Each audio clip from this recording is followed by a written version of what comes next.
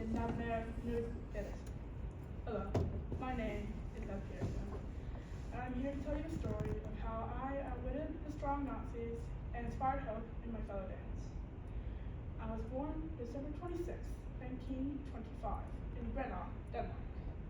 I had a pretty average childhood for a Danish boy up until the morning of April 9th, 1940, when the Nazis dropped propaganda leaflets over Denmark, telling us that they would either take our country by war or they would peacefully occupy our country.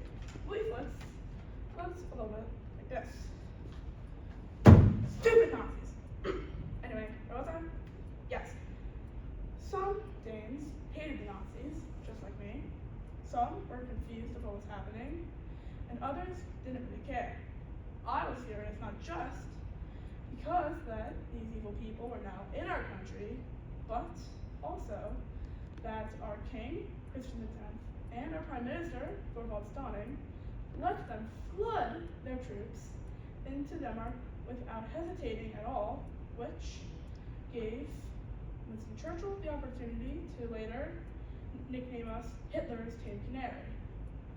By the end of the day, there were 16,000 Nazi troopers in our territory with nothing for me to do about it, just yet.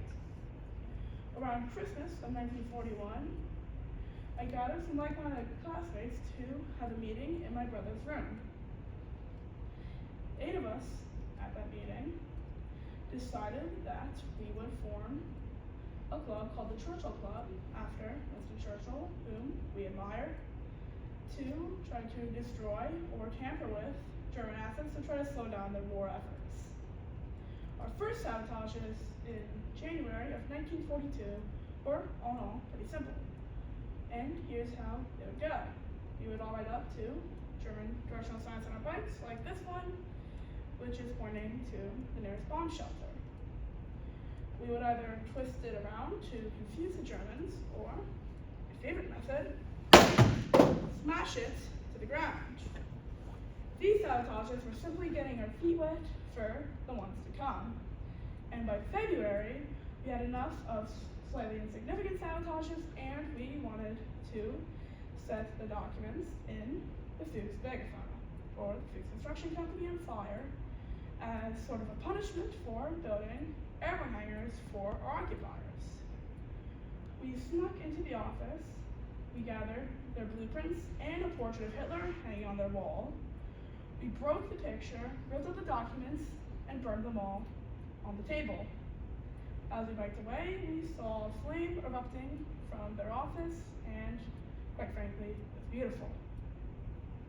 By May, we had committed many other acts of sabotage, and we welcomed a few new members to our club. Alf and Karl Schulberg, who were brothers, and Ed Hornbow, had recently stolen 6 mortar grenades from the railroad station where they worked at. We knew what to do with those mortar grenades, but first we needed to test them out. My brother and Mogens Fjerderup, whom we nicknamed the Professor for his scientific genius, figured out that within the grenades lied a magnesium disc that would explode when exposed to a lit match. One night, we slipped into the Aalborg Railroad Yard, or as they called it, the Aalborg Banegård, and another clubber and I each located a boxcar near the middle of the line. As we blew up the cars, fire almost injured me as it pushed me forward when I was jumping away. Still, we were able to bike away again, and we looked back, seeing German soldiers in a total frenzy to try to calm the fire.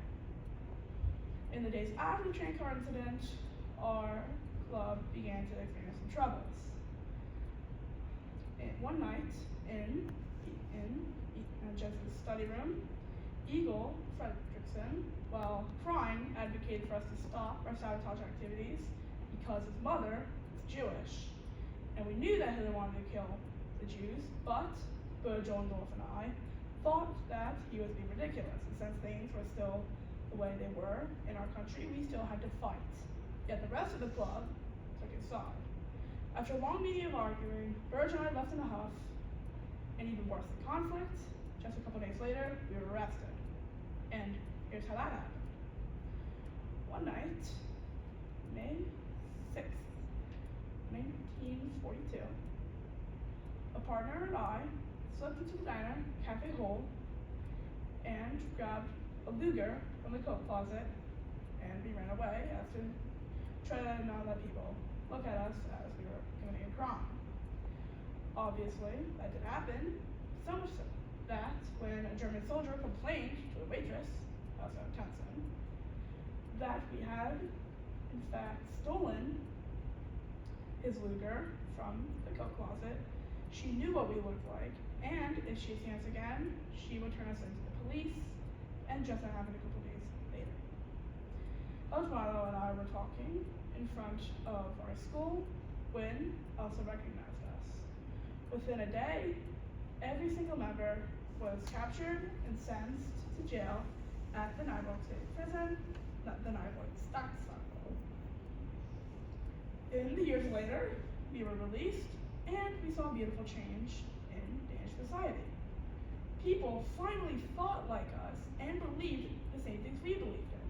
They knew that the Nazis were horrendous people, and there were many new resistance workers that followed in our footsteps. It was the most awesome thing that anyone has ever seen, I think, in the history of mankind, that people finally believed in what we believed in. And even better than that, on May 5th, 1945, at exactly 8 a.m., peace in Europe, and the Nazis were sent back to their walls in Berlin, and we are finally free of our evil occupiers, and Denmark belonged to Denmark once again. Thank you. What did you learn? Was it good? Well, we're not going to tell you right now, but what made you pick this topic? For a reading class, my teacher's right back there, so it was her. We had to read a reading Olympics book, and I saw a book about World War II, and I thought, oh, World War II, that's cool, I should read that, and I did.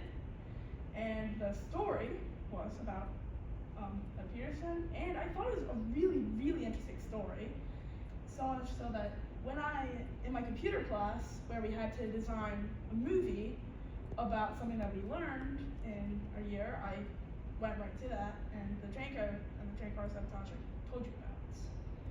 I thought it was really inspiring to hear his story and how he could stand up to the Nazis, and so I did that. Mm-hmm. So you're comfortable standing up in front of strangers and acting? I'm the biggest yapper in the world, so yeah. Okay. I'm very comfortable. Okay. Now understand that Linda and I have to write evaluations of Mm-hmm. what you did here, Yeah. which will be posted in the next day or two.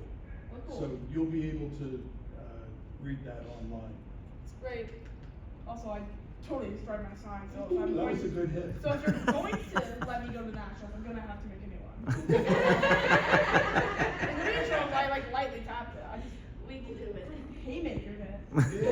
Well, first things first, today and tomorrow. I thought your prompts were simple, Thank you. and yet they did what you wanted them to do. The focus was on you, and you're telling your story, so.